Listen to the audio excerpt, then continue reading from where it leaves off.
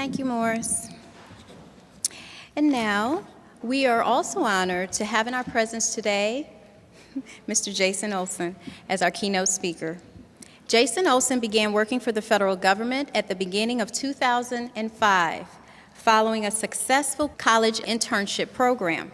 His first 5 years of federal employment was spent at the Social Security Administration in the Office of Employment Support Programs and in an office devoted to aiding people with disabilities in their efforts to become employed for the first time or to return to successful employment. Upon leaving Social Security, Mr. Olsen began a job at the Department of Labor's Office of Disability Employment Policy and focused on the development of improving the national employment policies affecting workers with disabilities.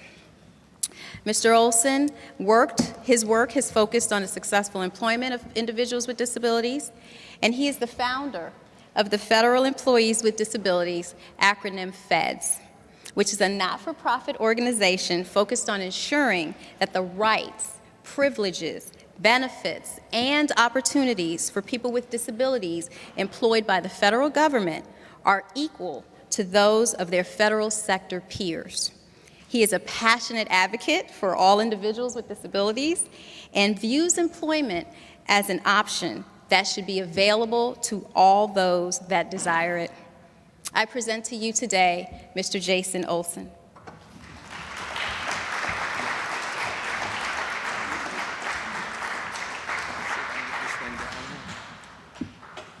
Can you see me okay back there? Oh. It's okay. There we go. How about that? Oh, that's going to work so much better.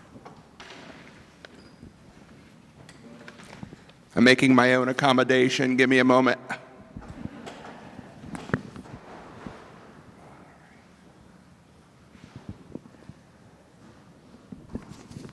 Okay. Sorry, Derek, you don't get to see how pretty I am today, but I'll come back around.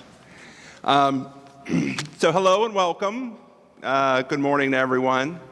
I don't know if you guys had a hard time finding the place this morning like I did. Apparently, when you're doing your Google search, you really want to make sure you put the words USDA next to the Target Center. Otherwise, you might end up in Minneapolis, Minnesota, watching the Vikings play at their Target Center. But I did know there was a problem when I put it into the Garmin, and it said it was about a 17-hour drive to get here. And, you know, I know darn good and well, taking the red line into work every day, that it only takes, 12 to 14 hours to get into the city? Is that about right? And, but I am really happy to be here today. It's not very often that I get to highlight best practices like this.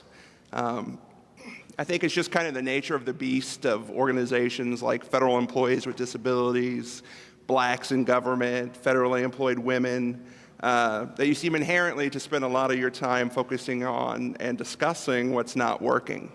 You know, what's affecting your constituency in a bad way and trying to get them the opportunities that everyone else seems to take for granted. So that's why when I was given the honor to come here today to speak to you at this great occasion about something that is working so well, I was very happy to accept. Oh, look at you. Look at that bastard. Let me see here. Hello. Don't do nothing. I'm not doing nothing. Is that working now? All right. That's the fastest accommodation thing I ever got.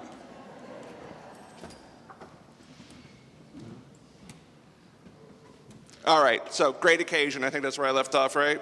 This place is awesome. It's special. Da-da-da-da-da-da. All right. But you know, it wasn't too long after we started FEDS that myself and the board noticed that there were really two barriers that people with disabilities face the most. The first one is, of course, attitudinal. You know, people not thinking that people with disabilities could compete with people who don't have disabilities, or that it was going to be some huge problem to have them working for them. Just be a really burdensome procedure. The second was really accommodations. That's the thing that we heard probably right after the attitudinal issues.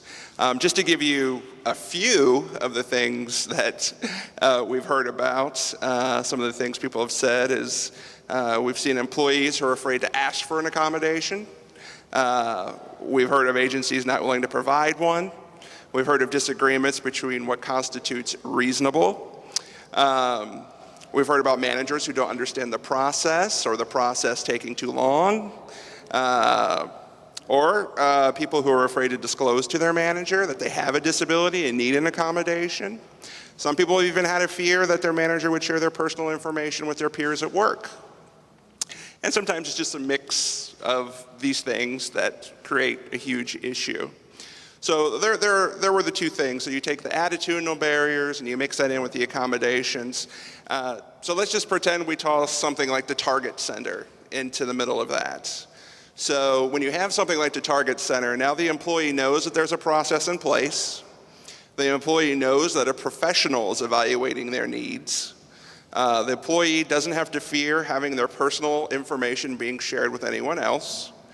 The employee can get training on their accommodation, and I like to emphasize that because sometimes organizations say, here's your accommodations, good luck. So that's a great thing to have in place. The employer, in this case the manager, could be relieved that the process isn't on their shoulders anymore. It's something that's not burdensome to them anymore. And really what that does is it allows the employer to focus on the employee's talent as well as the work that they're producing.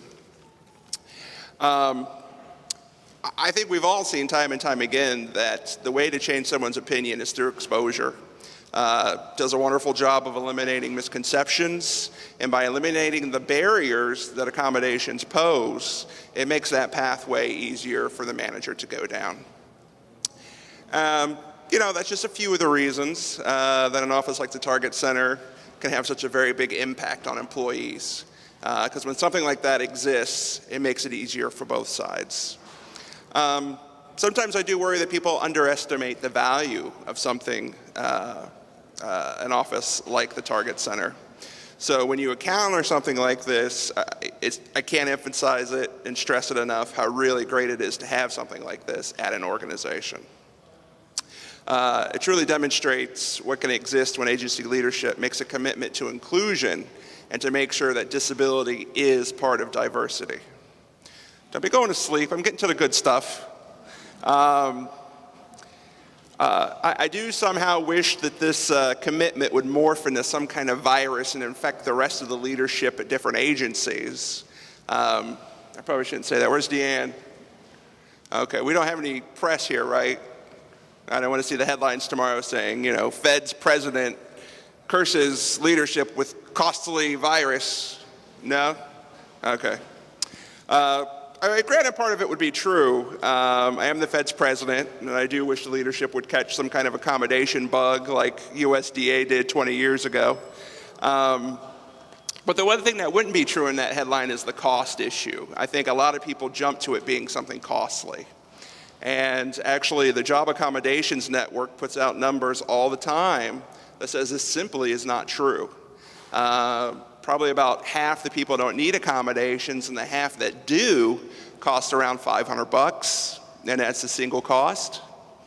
So really, it's not that cost prohibitive to do things that are right for employees.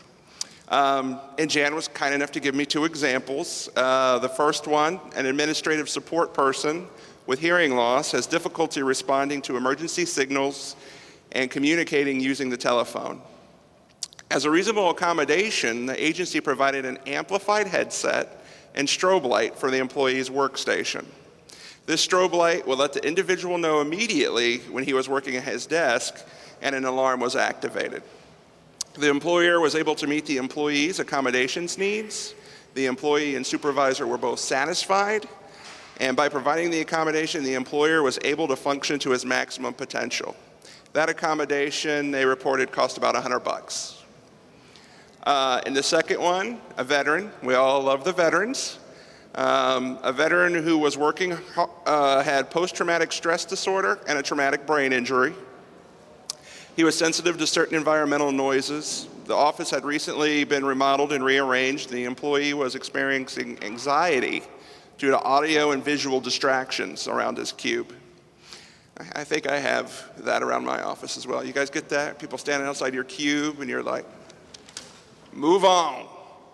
But for him, reasonable accommodation. They gave him some headphones to cancel out some of the white noise, and they put some noise reduction barriers around his workstation. The employer stated that he and the supervisor were happy with the outcome, and the organization was glad to say that they accommodated a veteran, and that all cost them about $350.